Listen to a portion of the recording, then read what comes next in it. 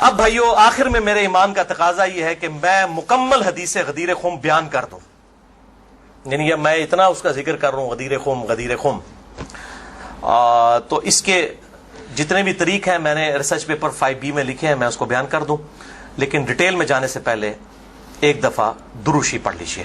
اللہم صلی علی محمد وعلی آل محمد کما صلیت علی ابراہیم وعلی آل ابراہیم انک حمید مجید، اللہم بارک علی محمد وعلی آل محمد کما بارکت علی ابراہیم وعلی آل ابراہیم انک حمید مجید۔ عثمان بھائی یہ والا اے سی بھی چلا دیں، کریٹیکل ریکارڈنگ ہو چکی ہے، یہ ریکارڈنگ میں آواز آ جاتی ہے اس بڑے اے سی کی، آپ چلا دیجیے انشاءاللہ۔ بلکہ سب سے زیادہ پسینہ تو مجھے آ رہا ہوتا ہے نا، کیونکہ میں بول رہا ہوتا ہوں، بولنے والے بندے کو زیادہ آتا ہے۔ بھائیو صحیح مسلم میں حدیث ہے انٹرنیشنل نمبر کے مطابق 553 آپ صلی اللہ علیہ وآلہ وسلم نے ارشاد فرمایا کہ جو شخص وضو کرنے کے بعد ایک دفعہ پڑھ لے اشہد ان لا الہ الا اللہ وحدہ لا شریک لہ واشہد ان محمدا عبدہ ورسولہ، تو اللہ تعالیٰ جنت کے 8 دروازے اس کے لیے کھول دے گا۔ الحمدللہ، تو جنت کے 8 دروازوں کی نسبت سے میں نے ریسرچ پیپر نمبر یہ 5B واقعہ کربلا کا حقیقی پس منظر 72 صحیح الاسناد حدیث کی روشنی میں، جس میں 150 طریق میں نے اہل سنت کی کتابوں سے جمع کیے ہیں، اس میں 33 نمبر پہ میں نے حدیث غدیر خم کے سارے طریق جمع کر دیے ہیں جو مین تھے، 8 طریق جمع کیے ہیں، اور میں 8 کے 8 یہاں پہ بیان کروں گا، ظاہر تھوڑے تھوڑے الفاظ کے فرق کے ساتھ ہیں، اور پھر انشاءاللہ یہ ہماری گفتگو کنکلوڈ ہو جائے گی انشاءاللہ تعالی۔ 33 نمبر پہ ہے بھائیو غدیر خم کی جو حدیث ہے، اس پہ اہل سنت اور اہل تشیع کا اجماع ہے، یہ حدیث متواتر ہے۔ چند احادیث ہیں جو متواتر ہیں، ان میں سے ایک وہ حدیث ہے جو صحیح مسلم میں پہلی حدیث ہے، بخاری میں موجود ہے، جس نے میری طرف جھوٹی حدیث منسوب کی وہ اپنا مقام دوزخ میں دیکھ لے، بولے اعوذ باللہ تعالی۔ حدیث متواتر وہ حدیث ہے کہ جس کو اتنی کثرت سے لوگوں نے روایت کیا ہو کہ اس کا جھوٹ پہ ہونا محال ہو، یہ صحیح حدیث کی اعلیٰ ترین شکل ہے حدیث متواتر۔ اردو میں ہم متواترہ بول دیتے ہیں، لیکن عربی میں لفظ متواتر ہے۔ اور دور حاضر میں بہت بڑا کام کیا ہے شیخ ناصر الدین البانی رحمہ اللہ، المتوفى 1999 عیسوی، جو محدث اعظم سعودیہ بھی رہے ہیں، بعد میں سعودیہ والوں نے ان کو خیر نکال دیا، البانیہ کے رہنے والے تھے۔ انہوں نے سلسلہ احادیث صحیحہ میں، السلسلۃ الصحیحہ للبانی میں، انٹرنیشنل نمبر کے مطابق 1750 نمبر میں اور 2223 نمبر میں درجنوں طریق، اس کے درجنوں طرق نقل کیے کئی صحابہ سے، سیدنا علی سے، سیدنا سعد بن ابی وقاص سے، سیدنا ابو ایوب انصاری سے، سیدنا انس بن مالک سے، سیدنا ابو ہریرہ سے، سیدنا ابو سعید خدری سے، سیدنا بریدہ سے، سیدنا ابن عباس سے، سیدنا ابو طفیل عامر بن واصلہ سے، سیدنا برا بن عازب سے رضی اللہ عنہم اجمعین وعلیہم السلام، سب سے یہ حدیث انہوں نے نقل کی سارے طریق۔ اور شیخ زبیر لیزئی رحمہ اللہ نے مشکات المصابیح کی تحقیم کے دوران انٹرنیشنل نمبر کے مطابق 6091 نمبر حدیث کے فٹ نوٹ پہ لکھا کہ یہ حدیث متواتر ہے، غدیر خم کی حدیث۔ اب میرے بھائیوں دل تھام کے، آج میں نے کئی ایسی باتیں کرنی جو میں نے ابھی تک کبھی بھی نہیں کی، کسی ویڈیو میں بھی نہیں کی، اور ایون اپنی نجی محفلوں میں بھی نہیں۔ کچھ باتیں ایسی بھی ہیں کیونکہ ظاہر ہے کہ اب محرم کا مہینہ، تو میں اس کو کھول کے پھر ذرا چیزوں کو بیان کر دوں۔ تو یہ 8 طریق میں 1 بائی 1 ڈسکس کروں گا، پہلے 2-3 ذرا ڈیٹیل سے ہیں، پھر ساتھ انشاءاللہ باقی وہی الفاظ ریپیٹ ہوں گے۔ غدیر خم کی حدیث کا پہلا طریق صحیح مسلم میں انٹرنیشنل نمبر کے مطابق 4 طرق ہیں اس کے، 6225 سے لے کر 6228 تک، سیدنا علی کے فضائل والے چیپٹر میں۔ اس کا جو پہلا طریق ہے، طرق کہتے ہیں جمع کو، طریق کہتے ہیں ایک، یعنی جو روایت کی سند چل رہی ہوتی ہے اس کو ہم کہتے ہیں اس طریقے سے آئی ہے، اس وے سے آئی ہے، اس چین سے آئی ہے۔ پہلی چین صحیح مسلم 6225 سیدنا زید ابن ارقم سے، جو سابقون الاولون تھے، انہی کا وہ دار ارقم تھا جس میں نبی صلی اللہ علیہ وسلم دعوت حق بیان کیا کرتے تھے۔ ظاہر کعبۃ اللہ میں تو وہ لوگ نہیں جانے دیتے تھے، جس طرح ہمیں آج علماء مسجدوں میں نہیں گھسنے دیتے، تو ہم نے بھی یہ دار ارقم سجایا ہوا ایک، تو زید ابن ارقم رضی اللہ تعالی عنہ علیہ السلام روایت کرتے ہیں، ان کے پاس کچھ تابعین آئے، صحیح مسلم 6225۔ انہوں نے کہا زید آپ کتنے خوش نصیب ہیں، شروع میں آپ نے اسلام قبول کر لیا، نبی صلی اللہ علیہ وسلم کے ساتھ آپ نے نمازیں پڑھی، آپ کے ساتھ جہاد کیا، آپ صلی اللہ علیہ وسلم سے ڈائریکٹ حدیثیں سنی، آپ کی صحبت کی، آپ تو بہت خوش نصیب ہیں۔ ہم آپ کے پاس صرف اس لیے آئے ہیں کہ آپ ہمیں کوئی ایسی بات سنائیں جو خود آپ صلی اللہ علیہ وسلم سے آپ نے سنی ہو۔ تو زید ابن ارقم نے کہا کہ میں بہت بوڑھا ہو چکا ہوں، ساری باتیں تو مجھے یاد نہیں ہیں، اس لیے میری معذرت قبول کرو، البتہ ایک کریٹیکل بات مجھے یاد ہے کہ آپ صلی اللہ علیہ وسلم جب حجۃ الوداع سے واپس آ رہے تھے اپنی وفات سے تقریباً 3 مہینے پہلے، تو مکے اور مدینے کے درمیان ایک خم نامی جگہ تھی، پانی کے لیے پڑاؤ کیا غدیر خم پہ، اور یہ بات ہے 18 ذوالحجہ 10 ہجری کی، اور 11 ہجری میں آپ صلی اللہ علیہ وسلم کی وفات ہو گئی ربیع الاول میں، تاریخ کنفرم نہیں لیکن دن سوموار تھا، صحیح بخاری میں آتا ہے۔ آپ صلی اللہ علیہ وسلم نے خم نامی گاؤں میں اونٹ کے پالان کا آپ کے لیے ممبر بنایا گیا، آپ صلی اللہ علیہ وسلم نے اس پہ چڑھ کر خطبہ دیا، اور الفاظ ہی بڑے کنکلوڈنگ ہیں، ہم نے اپنے منہج پہ بھی لکھا ہوا ہے، اے لوگوں آگاہ ہو جاؤ، میں بھی ایک انسان ہوں، قریب ہے کہ اللہ کا قاصد یعنی موت کا فرشتہ میرے پاس آئے اور میں اس کی دعوت قبول کر لوں۔ لوگوں آگاہ ہو جاؤ، میں اپنے بعد تم میں 2 بھاری چیزیں چھوڑ کر جا رہا ہوں، یہ ہے حدیث ثقلین۔ ان میں سے پہلی چیز اللہ کی کتاب ہے، اس میں ہدایت ہے، اس میں نور ہے، تم اللہ کی کتاب کو پکڑو، اپنا تعلق اس کتاب کے ساتھ مضبوط کرو، اللہ کی کتاب اللہ کی رسی ہے، جو اس کو پکڑے گا ہدایت پر ہوگا، جو چھوڑ دے گا گمراہ ہو جائے گا۔ پھر زید ابن ارقم کہتے ہیں آپ صلی اللہ علیہ وسلم ترغیب دلاتے رہے، اللہ کی کتاب، اللہ کی کتاب، اللہ کی کتاب، لیکن امت نے چھوڑ دی کتاب۔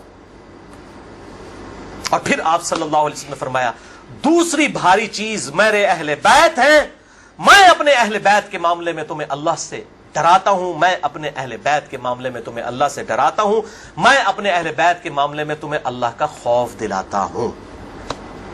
اچھا، اب ظاہر ہے اس زمانے میں بھی لوگ موجود تھے، لوگوں کے کان کھڑے ہو گئے، حضرت معاویہ بن ابی سفیان رضی اللہ تعالیٰ عنہ کا دور تھا، تابعین نے سیدھا سوال ہی عجیب و غریب کر دیا، انہوں نے کہا زید یہ حضور کی بیویاں اہل بیت نہیں ہیں؟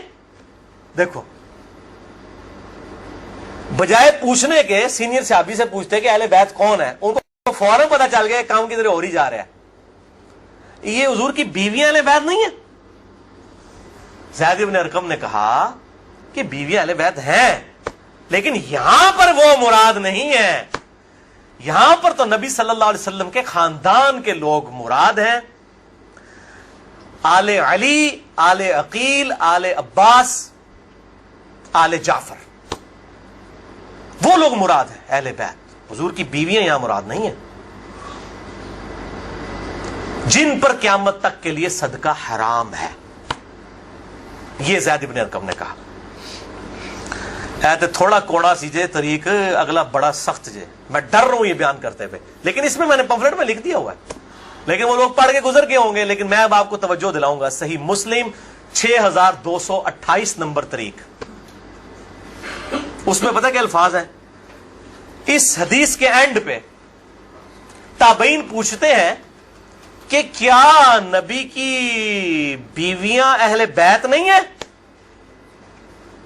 تو زید ابن ارقم کہتے ہیں اللہ کی قسم نہیں، اللہ کی قسم نہیں، عورت تو کتنا عرصہ کسی مرد کے ساتھ گزارتی ہے، بعد میں اس کا مرد اسے طلاق دے دیتا ہے، وہ اپنے میکے واپس آ جاتی ہے، تو عورت کیسے اہل بیت ہو سکتی ہے؟ ایسا ہی مسلم پڑھ رہے جے بھائی، اصول کافی نہیں پڑھ رہا ہے مولویوں، صحیح مسلم 6228، وہ کہتے ہیں بیوی کو طلاق ہوئی اپنے گھر چلی گئی، وہ کہاں سے اہل بیت ہو گئی؟ یہاں تو نبی صلی اللہ علیہ وسلم کے خاندان والے مراد ہیں، جن پر قیامت تک کے لیے صدقہ حرام ہے۔ زید ابن ارقم کو ریال نہیں ملتے تھے، نہ سعودیہ سے نہ ایران سے، وہ تو صحابی تھے نا رضی اللہ تعالیٰ عنہ، حق بیان کیا انہوں نے۔ اچھا یہ نہ سمجھیں یہ کہہ دیں کہ زید ابن ارقم کا اجتہاد ہے، اے بھائی اجتہاد نہیں ہے، سن لو، ایک معنوں میں اہل بیت بیویاں ہیں سورۃ الاحزاب آیت نمبر 33 کے تحت، لیکن یہ جس اہل بیت کے بارے میں اللہ سے ڈراتا ہوں ان کے ساتھ اس نے سلوک کرنا، یہ وہی لوگ تو ذبح ہوئے ہیں، آل عقیل ذبح ہوئے، آل جعفر ذبح ہوئے، آل عباس جعفر ہوئے، آل علی ذبح ہوئے، انہی کی اولادیں ذبح ہوئی ہیں نا. یہ 72 جو ہم شہدائے کربلا کہتے ہیں انہی کے بارے میں ڈرایا تھا، جن کے بارے میں غیبی خبر دی گئی تھی کہ ان کے ساتھ امت برا سلوک کرے گی. اچھا، یہ زید ابن ارقم کا اجتہاد نہیں ہے میرے بھائیوں، اس کی سپورٹ میں صحیح مسلم سے 2 مرفوع حدیثیں اپنے محبوب صلی اللہ علیہ وسلم کی حدیثیں بیان کرتا ہوں. سنیں پہلی حدیث انٹرنیشنل نمبر کے مطابق صحیح مسلم میں 6261 نمبر. اما عائشہ رضی اللہ تعالی عنہا وعلیہ السلام خود روایت کر رہی ہیں کہ ایک دن نبی صلی اللہ علیہ وسلم اس حال میں برآمد ہوئے کہ آپ صلی اللہ علیہ وسلم نے ایک کالے رنگ کی چادر اوڑھی ہوئی تھی جس پہ نقش و نگار بنے ہوئے تھے جیسا کہ اونٹ کے کجاووں کے ہوتے ہیں. کالے رنگ کی منقش چادر اوڑھی ہوئی تھی. اتنے میں سیدنا حسن آئے، آپ صلی اللہ علیہ وسلم نے ان کو اپنی چادر کے نیچے لے لیا. پھر سیدنا حسین آئے، ان کو اپنی چادر کے نیچے لے لیا. پھر سیدہ فاطمہ آئی، ان کو اپنی چادر کے نیچے لے لیا. پھر سیدنا علی آئے، ان کو بھی اپنی چادر کے نیچے، ان چاروں کو لیا. اور 5ویں خود، جس سے 5 تن پاک کا ہم کانسیپٹ لیتے ہیں، 5 اس چادر کے نیچے لیا. سیدہ عائشہ کو نہیں لیا. پوائنٹ ٹو بی نوٹڈ، وہ راوی ہیں، وہ دیکھ نہیں ہے منظر. اور اما عائشہ دیکھ لیں کتنی منصف مزاج تھی، انہوں نے یہ روایت بیان کر دی. ورنہ کسی درجے میں اپنے بارے میں بھی سوچ سکتی تھی کہ مجھے نہیں لیا گیا. لوگ کل کو سوال کریں گے کہ آپ کو کیوں نہیں لیا گیا، آپ اہل بیت نہیں تھیں، یقیناً تھی. لیکن یہ والا معاملہ جو ہے وہ ایکسٹرا آرڈنری ہے، اسپیشل پروٹوکول ہے. چادر کے نیچے لیا. پھر آپ صلی اللہ علیہ وسلم نے سورۃ الاحزاب کی آیت نمبر 33 پڑھی، انما یرید اللہ لیذھب عنکم الرجس اہل البیت ویطہرکم تطہیرا. اے نبی کے گھر والو، اللہ تو صرف یہی چاہتا ہے کہ ہر طرح کی ناپاکی تم سے دور کر دے اور تمہیں خوب صاف ستھرا کر دے. راویہ اما عائشہ ہیں، خود چادر کے نیچے نہیں ہے. علی، حسن، حسین اور سیدنا علی ہیں، سیدہ فاطمہ ہیں، اور نبی صلی اللہ علیہ وسلم 5ویں خود. تو زید ابن ارقم نے کوئی غلط بات نہیں کی ہے، ان کو یہ حدیثیں پتہ تھیں. اور دوسری حدیث صحیح مسلم سے ہی انٹرنیشنل نمبر کے مطابق 6220 نمبر. یہ بڑی لمبی حدیث ہے، میرا ٹاپک کسی دوسری طرف چلا جائے گا اور کچھ بن جانا ہے. چونکہ میں اس کو لکھ چکا ہوں ان 150 روایتوں والے 72 والے احادیث والے، لہذا میں اس کا ایک پورشن بیان کرنے لگا ہوں. باقی جسے شوق ہو تو وہ پڑھ لے، اس کے اندر میں نے لکھا ہے اس کا پورا طریقہ، ورنہ معاملہ کہیں سے اور ہی نکل جانا ہے. پھر سب و شتم والا ایشو ڈسکس ہو جانا ہے، حضرت معاویہ کے دور میں جو سیدنا علی کے پر لعنت ہوتی تھی، وہ والا ٹاپک اس میں ڈسکس ہو جانا ہے. اس لیے میں اس حدیث کا آخری جز بیان کر رہا ہوں کہ سیدنا سعد ابن ابی وقاص رضی اللہ تعالیٰ عنہ کہتے ہیں کہ جب آیت مباہلہ نازل ہوئی نجران کے عیسائیوں کے ساتھ، نبی صلی اللہ علیہ وسلم کی 1-to-1 ڈبیٹ ہوئی. اینڈ پہ ہوا کہ ٹھیک ہے مباہلہ کرتے ہیں، کون حق ہے کون باطل ہے. سورہ ال عمران آیت نمبر 61 نازل ہوئی، فَقُلْ تَعَالَوْا نَدْعُوا أَبْنَاءَنَا وَأَبْنَاءَكُمْ وَأَنفُسَنَا وَأَنفُسَكُمْ وَنِسَاءَنَا وَنِسَاءَكُمْ وَأَنفُسَنَا وَأَنفُسَكُمْ. کہ نبی صلی اللہ علیہ وسلم کو کہا گیا کہ ان کو کہو اپنے بیٹوں کو لے آؤ، ہم بھی اپنے بیٹوں کو لے آتے ہیں.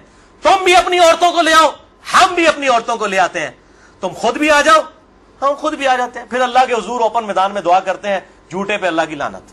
اس کو مباہلہ کہتے ہیں. لیکن نہیں آئے. سعد ابن ابی وقاص کہتے ہیں کہ نبی صلی اللہ علیہ وسلم، قرآن میں کیا حکم آیا تھا؟ اپنے بیٹوں کو لے کر آؤ. تو کس کو لے کے آئے؟ سیدنا حسن، سیدنا حسین، سیدنا علی.